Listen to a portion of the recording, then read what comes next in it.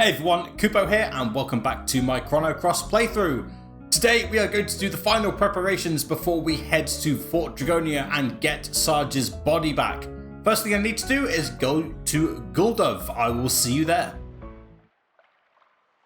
And something's not right. So, time to see what exactly is going on. And it turns out the poor soldiers are here.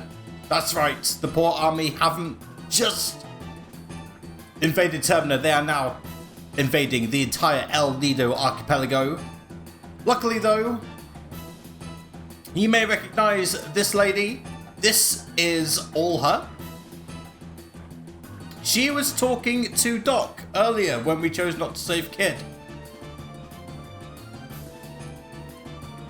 And despite being a bartender, she can definitely kick ass for sure. Reminds me of another certain bartender in Final Fantasy VII.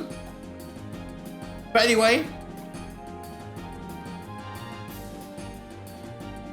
yeah, that's gonna get your ass kicked. Boom!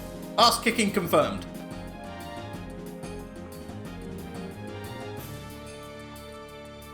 And now there's just one soldier left. Yep. And it turns out that the poor army, of course, recognize Lynx. And we have a bit of a boss fight against Orlha.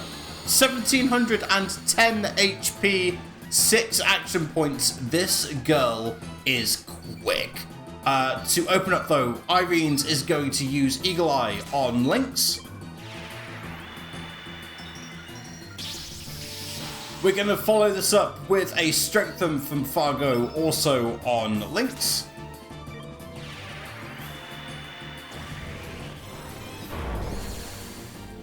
Alright, and then all that's left to do is to attack Orlha.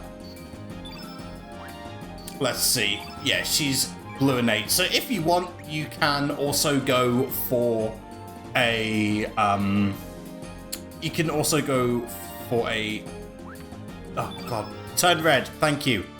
Because she is blue and 8. But you may be wondering, why is the hit percentage only 88% even though we've eagle-eyed? And the simple answer is because she just has innate evasion, like super high innate evasion. That's the only reason why. Anyway, we want to get off a glide hook here.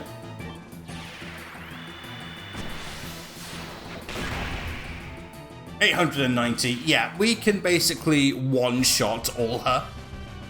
Definitely one of the easier boss fights in the game, although technically we don't get a growth level for it, which is kind of unfortunate, but I would consider it to be a boss fight all the same.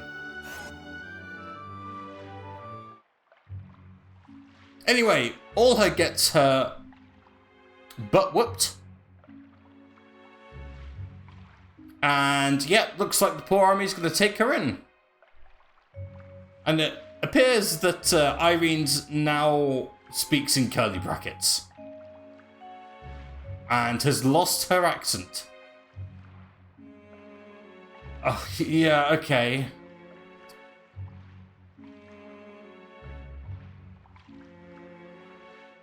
Yeah, this is one of the times when they clearly didn't localize the text correctly.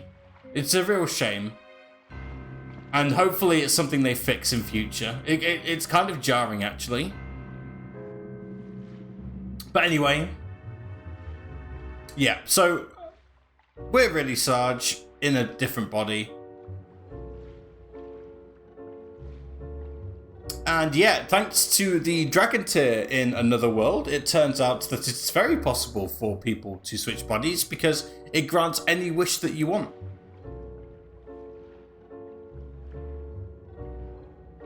Yeah, Orlha very nearly died.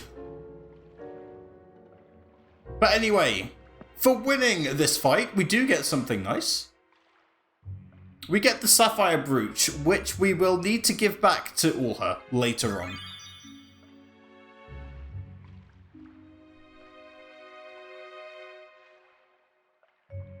She is trusting of us, but not completely trusting. Which is, to be honest, understandable. I get it. Anyway, that's not the only reason why we're here. We need to go see the shaman again. Yes, it's been a while, and if you remember when the dragon tear of another world shattered when Lynx used it to turn into Sarge, we received the Tear of Hate. We need to present this Tear of Hate to the shaman. So we can just go past here. So we're going to go into our key item menu, select Tear of Hate. And yeah, we're going to get the Dragon Emblem. Very useful key item. And Diria is aware that the other shaman will recognize the Dragon Emblem. So fingers crossed, and she knows there's an alternate world. Fingers crossed, the shaman in the other world can be useful. Well, definitely more useful than Diria can be to us. Anyway, I need to go back to the home world, so I will see you there. So we are back at the home world, and I could go and present the Dragon Emblem to the shaman of the home world, but I actually want to take a quick side trip to recruit a character we need for later on. To start off with, I want to go to a place we haven't been before, the El Nido Triangle. What we need to do here is we simply need to steer into this illuminated area, go in, and we will descend magically down here. There are 2 new enemies on this map, both of which are very difficult to avoid. The shadows are your friend, but the hitboxes can be inconsistent.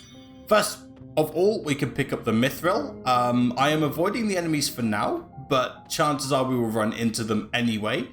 We're gonna head down. There we go, there's Mithril here. And then in the next screen, there's 2 treasures. One that we are actually here for, and then there's this one here as well.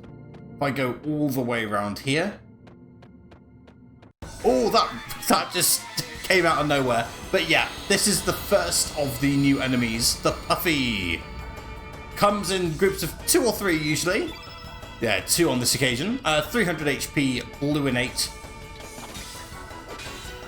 But yeah, really at this point, Lynx is just so powerful. Oh, didn't quite kill it there, but you know, it's all good. Fargo should finish the job. There we go. Quite an easy enemy, to be quite honest. We'll get the mini level up. A useless level up for Lynx. Fargo's is good. Irene's is... nah. Yeah.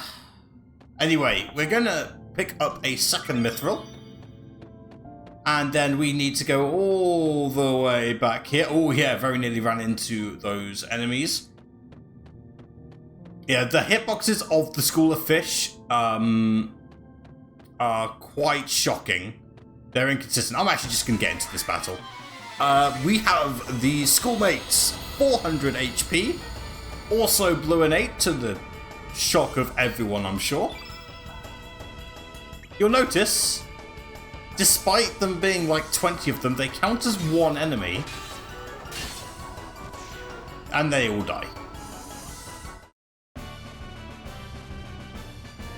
Nice and simple. Oh, despite the fact that we got a mini level up, we seem to appear to be getting the level up still. And we get a Star Fragment. Hooray!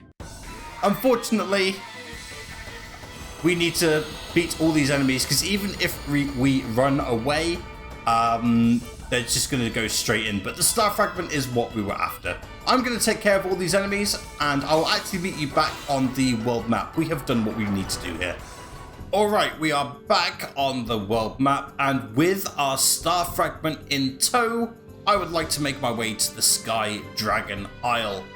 In another world, this was home to the Sky Dragon, which we all obviously know. But in the home world, this is home to someone very, very different. So, once again, we are going to ascend the stairs. So instead of a dragon, we've got a treasure chest and this person as well. Yeah, of course, there's a gigantic monster here. And this is the clue that you need the Star Fragment. So, we're going to open the chest, and it's empty. Yeah, this is Mega Starky. 2,940 hit points, 8 action points, and 1 sexy mofo, if I do say so myself. Starting off, Irene's is going to open with an eagle eye on my boy Lynx. Yes, Mega Starky is white and 8. Lynx is going to have a field day with this, well, yeah, boss. I'd count this as a boss, despite the music. And then Lynx is just going to get some 3s in. 500. Ooh, not that much.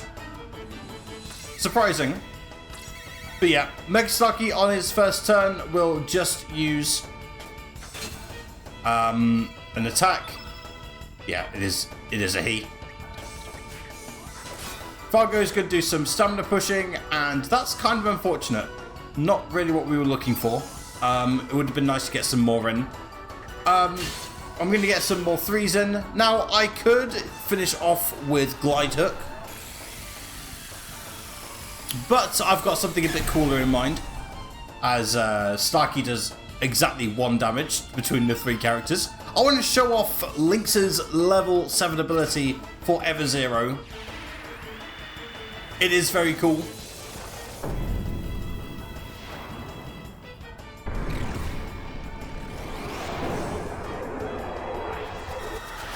Look at that. It's just really nice. It's such a nice animation.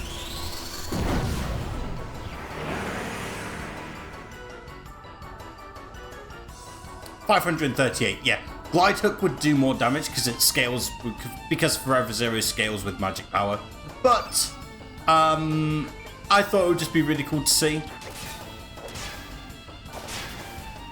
And Fargo will deal the finishing blow for this fight. And just like that, the win is ours. No growth. As I said, it is a boss fight, despite the fact we don't get a growth level for it. Just, it is what it is. We'll get Negate Magic Element as well, and now we need to do a bit of a mini-game. Yeah. And now that the mysterious creature has the Star Fragment, we need to catch it, and it can usually take a long time. The first time I tried to catch it, it took me a minute. I timed it. It took me a minute. Basically, just go after it, press A, and you'll get him. Yeah, we win. And this thing, if the boss was called Mega Starky, guess what the actual name of this guy is? So, yeah, Starky is from outer space. And the Star Fragment is Starky's ship fragment. Now, that makes sense. That's why he was after all the Star Fragments. He's trying to get his stuff back together. His ship back together, sorry. So, in this world, Starky doesn't have a ship, but maybe it survived in the other world. But what happened in the other worlds? What happened to the other world Starky? Who knows? I really like Starky as a character. I think he's a ton of fun. I think he's quite powerful as well. Unfortunately, there isn't much room for him in our strategy because the main reason being Starky is white innate, and considering that we are going to get Sarge's body back, he'll be a second white innate character. It's really unfortunate, but it is what it is, and We would prefer Fargo here because Fargo is blue innate. That will matter. Once we have beaten Starky, we actually want to come back here and speak to this guy. And yeah, we'll now know that Starky is in Hermit's Hideaway. If we ever want to catch up with him again, we could just use the teleporter. But we get the Our Favourite Martian frame. And because I really like Starky, despite the fact that, you know, he won't really be in our party that much, I'm going to actually replace my frame to the Starky frame because I can. Let me know if you want me to use a different frame in a future playthrough. Future episode, and I will gladly consider it. Don't worry about that. There is one more thing that we need to do. We actually do need to get back to the plot and make our way to Guldove. I will see you there. We are back in Guldove. And if you remember, earlier in the episode, we were given the dragon emblem that we need to give to the shaman of this world. Now, you'll be surprised to know that the shaman of this world is not Dirya. I know, it's surprising, but it is what it is. And what you won't be surprised to know is that we won't be able to get in. Foreigners cannot enter the tower. Womp womp. But luckily, we have a backup plan. We just need to show off the dragon emblem and this guy will gladly let us in. Welcome, travelers across the dimensions. Bring them before me. Yep, looks like... it's Steena is the chief this time. Interesting. I wonder what happened to Dirya here. Well, that's not important. What is important is that we speak to Steena. And she will, in fact, join our party. Hooray! Again, the problem with Steena, similar to the problem with Starky, is that ultimately, she is white innate. Okay strength, okay magic, but, you know, Irene's has much better magic anyway. And we won't even be using magic users much longer anyway.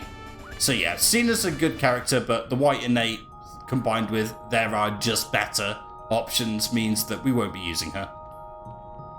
Which is a missed opportunity in my opinion, but you know, what can you do? Okay. With that done, I am going to call it here. Thank you very much for watching.